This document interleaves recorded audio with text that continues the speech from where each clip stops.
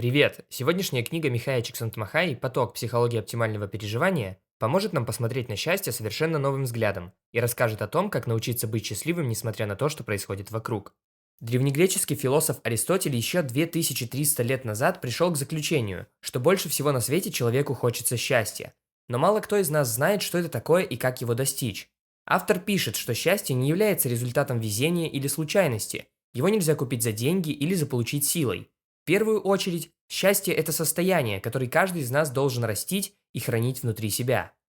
А люди, которые учатся контролировать свои переживания, смогут сами влиять на качество жизни.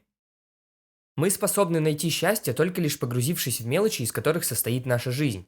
Вспомните те редкие моменты, когда мы ощущали контроль над своими действиями и господство над собственной судьбой, когда мы чувствовали воодушевление и особую радость. Это и есть оптимальное переживание, состояние, которое наиболее приближено к тому, что мы называем счастьем.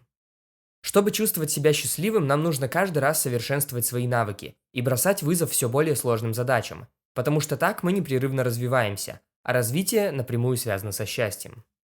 Наше сознание, как оно влияет на счастье? Вне зависимости от того, что происходит вокруг, человек способен сделать себя счастливым или несчастным. Все зависит от нашего сознания, а точнее от того, что в нем находится. Например, концентрируясь на какой-то информации, мы в любом случае заставляем ее оказаться у нас в сознании. Поэтому нам очень важно внимание. Оно помогает нам выбрать из большого разнообразия доступной информации содержательную.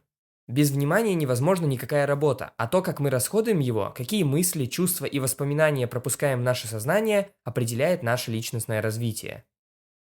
Каждый раз, когда входящая информация нарушает порядок нашего сознания, мы оказываемся в состоянии внутреннего хаоса. Противоположностью этого психического беспорядка является оптимальное переживание. Если поступающая в наше сознание информация совпадает с нашими целями, то психическая энергия течет безо всяких препятствий. А задумавшись на секунду о правильности своих действий, мы сразу же получим ответ «все идет как надо». Такая возможность ощущать правильность действий укрепляет нас. Когда же мы можем ощутить оптимальное переживание? Оно достигается в ситуациях, когда человек может свободно направлять все внимание на достижение своих целей. Подобное состояние автор называет состоянием потока, потому что в такие моменты мы будто плывем по течению. Те, кто способен испытать состояние потока, отличаются уверенностью в себе и силой, потому что они могут направить на достижение своих целей больше психической энергии. Если человек способен так организовать свое сознание, чтобы состояние потока возникало как можно чаще, качество его жизни начнет улучшаться, потому что даже самые скучные занятия приобретут смысл. Также, сталкиваясь с различными проблемами, они будут восприниматься как испытания, которые проходят с интересом и особой радостью. Преодоление препятствий делает человека более способным и умелым, поэтому в результате переживания потока наша личность становится уникальной. Выбрав цель и сконцентрировав на ней всю свою психическую энергию, мы будем чувствовать радость от всего, что делаем. Состояние потока важно не только потому, что оно позволяет нам получить удовольствие от настоящего, но и потому, что оно укрепляет нашу уверенность в себе, которая побуждает нас осваивать новые умения. Радость и качество жизни. Люди продолжают верить, что решить проблемы можно, если изменить внешние обстоятельства. Но на самом деле есть две основные стратегии, которые помогут улучшить качество жизни. Можно попытаться подстроить внешние условия под наши цели, или же постараться изменить восприятие внешних условий, так, чтобы они лучше соответствовали нашим целям. Например, можно повысить ощущение безопасности, купив оружие и установив надежный замок на входной двери. Или же признать, что риск неизбежен и начать получать удовольствие от непредсказуемого мира. Этими стратегиями стоит пользоваться вместе, так как ни одна из них не будет эффективной по отдельности. Пришло время поговорить об удовольствии. На удивление, пусть удовольствие и является одним из важных составляющих качества жизни, само по себе оно не приносит счастья. Существуют более важные переживания, переживания радости. Для них характерно движение вперед, чувство новизны, ощущение достижения. Радость приносит, например, напряженная игра в теннис или чтение книги, разговор, в котором мы вдруг высказываем новые для себя идеи. После радостного события мы чувствуем, что переменились, что наше «я» выросло и стало более сложным. Человек может испытать удовольствие безо всяких усилий, но невозможно пережить радость от игры в теннис, чтения книги или разговора, если не сосредоточить на этой деятельности все свое внимание. Именно поэтому радость столь мимолетна. По той же причине удовольствие не приводит к личностному росту. Чтобы обрести контроль над качеством жизни, нужно научиться извлекать радость из повседневных дел, например, чтения и общения. На первый взгляд может показаться, что второе является скорее исключением из правил, поскольку не требует никаких особых умений. Однако любой застенчивый человек скажет вам, что это не так. Оптимальное переживание можно получить не только в процессе проведения досуга. Стрижка газона или ожидание в приемной стоматолога также могут приносить радость, если переструктурировать свою деятельность, внеся в нее цели и правила, способствующие возникновению состояния потока. Главное помнить, что чем бы ни занимался человек, его способности должны соответствовать сложности стоящей перед ним задачи. Слияние действия и осознания, концентрация. При оптимальном переживании человек настолько погружен в задачу, что его деятельность становится почти автоматической, и он перестает осознавать себя отдельно от совершаемых действий. Хотя состояние потока кажется спонтанным и не требующим никаких усилий, оно на самом деле часто связано с большим физическим напряжением или высокой умственной концентрацией. Малейшее ослабление концентрации способно его уничтожить, но пока оно длится, сознание функционирует ровно, действия следуют одно за другим. В состоянии потока нет потребности реагировать и анализировать, потому что действие, как по волшебству, само несет нас вперед. Почему состояние потока способствует улучшению качества нашей жизни? Часто мы становимся жертвами неприятных мыслей и тревог, непрошено вторгающихся в наше сознание. Сосредоточенность вместе с ясными целями и немедленной обратной связью привносит порядок в сознание и побеждает психический беспорядок. Кроме того, когда человек по-настоящему поглощен своей деятельностью, у него не остается свободного времени, чтобы анализировать какие-либо неактуальные в данный момент стимулы. Для состояния потока важно наличие ясных целей и обратной связи. Поэтому пока человек не научится ставить цели и улавливать обратную связь, он не сможет получать радость от своей деятельности. Оптимальное переживание сильно отличается от тех переживаний, которые мы обычно испытываем в повседневной жизни. Очень многое из того, что мы делаем, не имеет никакой ценности само по себе. Люди часто чувствуют, что время, проведенное на работе, потрачено впустую, а некоторые не в состоянии получать радость даже в свободное время. Досуг дает возможность отдохнуть от работы, но он, как правило, представляет собой пассивное поглощение информации. Оптимальное переживание поднимает личность на иной уровень, скуку сменяет радость, беспомощность превращается в ощущение собственной силы, психическая энергия больше не расходуется впустую, а способствует укреплению нашего «я». Ощущения, испытываемые человеком в состоянии потока, настолько сильны, что он снова и снова возвращается к этой деятельности. Никакие возможные трудности не способны его остановить. Основной смысл потоковой деятельности состоит в обретении радости. Ощущение потока словно переводит человека в новую, еще неизведанную им реальность, расширяя горизонты его способностей. Другими словами, они изменяют личность, делая ее более сложной. В развитии личности и заложен ключ к пониманию смысла потоковой деятельности. Очень часто человек в жизни не одинок. Как же развивать личность, если у нас есть семья? Семейная ситуация, стимулирующая развитие способности достигать состояния потока, отличается 5 характеристиками. Ясность в отношениях, интерес родителей к тому, что думает и чувствует их ребенок в настоящий момент, а не озабоченность тем, в какой колледж он поступит и удастся ли ему получить хорошо оплачиваемую работу, предоставляемая детям возможность выбора. Чувство общности, доверие между членами семьи, позволяющее подростку отбросить психологическую защиту и погрузиться в интересующие его занятия. Постановка достойных задач перед детьми, то есть создание возможностей для их совершенствования. Наличие всех перечисленных характеристик создает так называемый самодостаточный семейный контекст, который развивает способность радоваться жизни. Кто такие люди потока? Особенности характера, свойственные самодостаточным личностям, наиболее ярко проявляются тогда, когда люди попадают в тяжелые жизненные условия. Затерявшись во льдах Антарктики или сидя в камере одиночного заключения, они превращают окружающую их безрадостную действительность в поле активной деятельности и борьбы, приносящей радость. Согласно исследованиям, такие люди выживают потому, что могут превратить объективно опасные и угнетающие обстоятельства в поле для исследований и ведут себя так, как будто находятся в состоянии потока. Они с пристальным вниманием изучают мельчайшие детали окружающей их обстановки, пытаясь обнаружить скрытые возможности для действия, а также ставят перед собой достижимые цели и тщательно отслеживают свое продвижение вперед, после чего повышают ставки, усложняя себе задачи. Когда им угрожают враждебные обстоятельства, они восстанавливают чувство контроля над ситуацией, отыскивая новое направление для своей психической энергии. Всех этих людей объединяет одна общая черта – наличие важной цели, стоящей выше личных интересов. Обладая достаточным количеством свободной психической энергии, чтобы объективно анализировать ситуацию, они имеют больше шансов обнаружить новые возможности для действий. На самом деле, для того, чтобы ощущать состояние потока, важно не только наше сознание. Огромную роль также играет наше тело. Если научиться контролировать способности своего тела и упорядочить физические ощущения, то гармония заменит психический беспорядок в сознании. Таким образом, даже простейшую прогулку пешком можно превратить в сложную потоковую деятельность. Большую радость можно ощутить и когда просто разговариваешь с друзьями, работаешь в саду или занимаешься каким-то другим любимым делом. Все эти виды деятельности не требуют особых материальных затрат, но в них надо вкладывать психическую энергию, поэтому они приносят нам ощущение гармонии, в то время как занятия, для которых нужны внешние ресурсы, часто задействуют внимание в меньшей степени и поэтому не приносят такого удовлетворения. Вкладывать психическую энергию стоит также и в секс. Секс является важной частью нашей жизни. Часто один и тот же половой акт может вызвать совершенно разные чувства. Например, он может восприниматься нейтрально, может заставить ощутить радость или экстаз. Все зависит от того, как он соотносится с целями личности. В сущности, чтобы получать удовольствие от секса, нужно всего лишь хотеть этого и быть физически здоровым.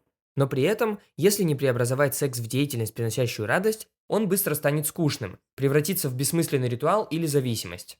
Также важно, чтобы помимо собственного удовольствия и наслаждения процессом, любовник ощущал заботу о партнере. Взаимоотношения в паре, чтобы приносить радость, должны становиться все сложнее. Партнеры должны научиться находить новые возможности в себе и друг в друге. Сексуальность, как и любой другой аспект человеческого бытия, доставляет радость, если мы готовы взять ее под контроль. Ощутить поток можно также при помощи органов чувств, например, зрения. Чаще всего его используют как дистанционную сенсорную систему. Способность видеть, однако, может обеспечить нам и постоянное переживание радости.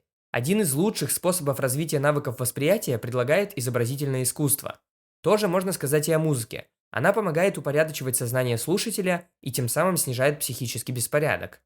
Музыка способна не только избавить нас от скуки и тревоги, но и при серьезном отношении к ней может порождать потоковые переживания. Еда, как и секс, входит в число основополагающих удовольствий, заложенных в нашей нервной системе. Но многие люди по-прежнему почти не замечают то, что забрасывают себе в рот, тем самым лишаясь богатейшего источника радости. Чтобы превратить биологическую потребность в потоковое переживание, нужно обращать внимание на то, что мы едим. Хаос. В одиночестве без необходимости концентрировать внимание мы обнаруживаем, что сознание начинает погружаться в хаос. Если человек не умеет произвольно упорядочивать сознание, внимание точно остановится на какой-нибудь мучащей его проблеме. Чтобы избежать этого, люди стремятся занять свой ум любой доступной информацией, лишь бы она отвлекла их внимание от обращения внутрь себя и фиксации от неприятных мыслей. Именно поэтому огромное количество времени проводится перед телевизором и в соцсетях, хотя это занятие редко приносит радость. Гораздо лучший способ борьбы с хаосом в сознании заключается в том, чтобы самостоятельно контролировать свои психические процессы. Одним из простейших способов структурирования сознания являются мечты и фантазии, в форме проигрывания в уме какой-нибудь последовательности событий. Они помогают найти оптимальную стратегию поведения и увидеть новые альтернативы. Это, в свою очередь, помогает повысить сложность сознания. Все формы умственной и потоковой деятельности прямо или косвенно зависят от памяти. Человек, помнящий истории, стихи, тексты песен, результаты бейсбольных матчей, химические формулы, исторические даты и мудрые афоризмы, обладает множеством преимуществ по сравнению с тем, кто не способен развить в себе такой навык. Он всегда может найти осмысленный повод для радости в содержании своей памяти. Кроме того, он всегда желанный собеседник, поскольку может поделиться хранящейся в его сознании информацией и тем самым помочь тому, с кем он общается, упорядочить сознание. Наиболее естественный путь для развития памяти заключается в том, чтобы выбрать по-настоящему интересную вам область. Только вы решаете, что будет храниться в вашей памяти. Выбирая, вы контролируете информацию, и весь процесс заучивания становится приятным занятием. Работа как поток. Работа оказывает огромное влияние на общую удовлетворенность жизнью. Если человек испытывает состояние потока в работе, он, скорее всего, сможет улучшить качество своей жизни в целом. Свободный труд, требующий мастерства, способствует усложнению личности, в то время как неквалифицированная работа, выполняемая по принуждению, лишь усиливает внутренний психический беспорядок. Для того, чтобы избежать последнего, нужно фокусировать свое внимание на возможностях для действия, предлагаемых окружением, и обогащать содержание работы.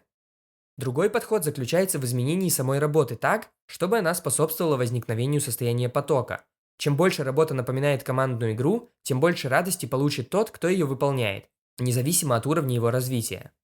Чтобы улучшить качество жизни посредством работы, необходимо перестроить деятельность таким образом, чтобы она как можно больше напоминала потоковую активность, а также оттачивать свое мастерство, ставя достижимые цели. Это может значительно увеличить число оптимальных переживаний в нашей жизни. Хотя люди чаще всего стремятся побыстрее закончить работу и отправиться домой, часто они не имеют ни малейшего представления о том, как провести свободное время. Вместо того, чтобы использовать свои физические и умственные ресурсы для погружения в состояние потока, большинство из нас проводят многие часы перед телевизором, наблюдая за актерами и спортсменами. Между тем, массовая культура и массовое искусство поглощает огромное количество нашей психической энергии, не давая ничего взамен, оставляя нас еще более опустошенными, чем прежде. До тех пор, пока человек не примет на себя ответственность за организацию как своей работы, так и свободного времени, и то и другое будет приносить ему разочарование. Еще одним фактором, влияющим на качество жизни, является отношение с другими людьми. Если мы научимся преобразовывать их в потоковые переживания, качество нашей жизни в целом существенно улучшится. Но мы также ценим уединение и часто хотим побыть наедине с собой. При этом нередко оказывается, что стоит этому желанию осуществиться, как мы погружаемся в уныние, чувствуем себя покинутыми и начинаем страдать от безделья. Боязнь остаться одному является одним из наиболее сильных свойственных человеку страхов. Важно сознавать, что пока человек не научится переносить одиночество и даже получать от него удовольствие, ему будет очень сложно решать задачи, требующие полной концентрации. Однако и самые болезненные события, как правило, также связаны с отношениями. Как все, что по-настоящему имеет значение, отношения могут сделать нас счастливыми, если мы живем в согласии с окружающими. Но если возникают конфликты, мы становимся несчастными. Тот, кто научился хорошо ладить с другими людьми, несомненно ощутит значительное улучшение качества жизни в целом. Но что же делать, когда просто не с кем строить отношения? Поговорим об одиночестве. Ничто так не портит настроение, как пребывание в одиночестве, когда при этом нечего делать. В этом состоянии очень трудно поддерживать порядок в сознании. Когда извне не поступает никаких стимулов, внимание начинает блуждать и в мыслях воцаряется хаос. В результате чего мы погружаемся в состояние психической энтропии. Беспокойство о личной жизни, здоровье, семье и работе постоянно присутствует в нашем сознании. Стоит разуму расслабиться, и потенциальные проблемы тут как тут. Именно по этой причине телевидение оказалось благом для стольких людей. Мелькание экрана вносит в сознание некоторую упорядоченность, а информация не пускает в сознание неприятные мысли. Возможность развития, позволяющая одновременно радоваться жизни, заключается в том, чтобы из психического беспорядка, который является неизбежным условием существования, создавать порядок более высокого уровня. Это означает, что каждый новый вызов, бросаемый нам жизнью, следует воспринимать не как что-то, чего во что бы то ни стало стоило избежать, а как возможность для самосовершенствования. Человек может заниматься потоковой деятельностью практически в любых условиях. Но до тех пор, пока он не научится наслаждаться одиночеством, значительная часть его психической энергии будет расходоваться на безнадежные попытки избежать его. Научившись наслаждаться одиночеством, мы сможем испытывать состояние потока и с другими людьми. Дружба приносит нам радость, и для этого необходимы все те же условия, что присутствуют в других потоковых занятиях. Нужно не только иметь общие цели и давать друг другу обратную связь, но и решать во взаимодействии с другим человеком новые задачи. Они могут заключаться в том, чтобы просто побольше узнать о своем друге, открыть новые грани его индивидуальности, а в процессе этого глубже изучить самого себя. Дружба приносит радость только в том случае, если мы используем заложенные в ней возможности для самовыражения. Если человек окружает себя друзьями, которые просто подкрепляют его общественный статус, не интересуясь его истинными мыслями и мечтами и не вдохновляя на новые дела, он лишает себя полноты ощущений настоящей дружбы. Дружеские отношения редко продолжаются сами по себе. Их нужно развивать и работать над ними столь же усердно, как над карьерной или семейной жизнью. Стресс. Катастрофа, препятствующая достижению основной цели в жизни, может разрушить личность, заставляя ее направить всю свою психическую энергию на защиту оставшихся целей от дальнейших ударов судьбы. Но она может также и поставить новую, более ясную задачу – преодолеть несчастье. Если человек выбирает второй путь, качество его жизни вовсе не обязательно пострадает в результате трагедии. Событие, кажущееся катастрофой, может неожиданным образом обогатить жизнь пострадавших от него. Существует два основных способа реагирования на стресс – зрелая защита и невротическая защита.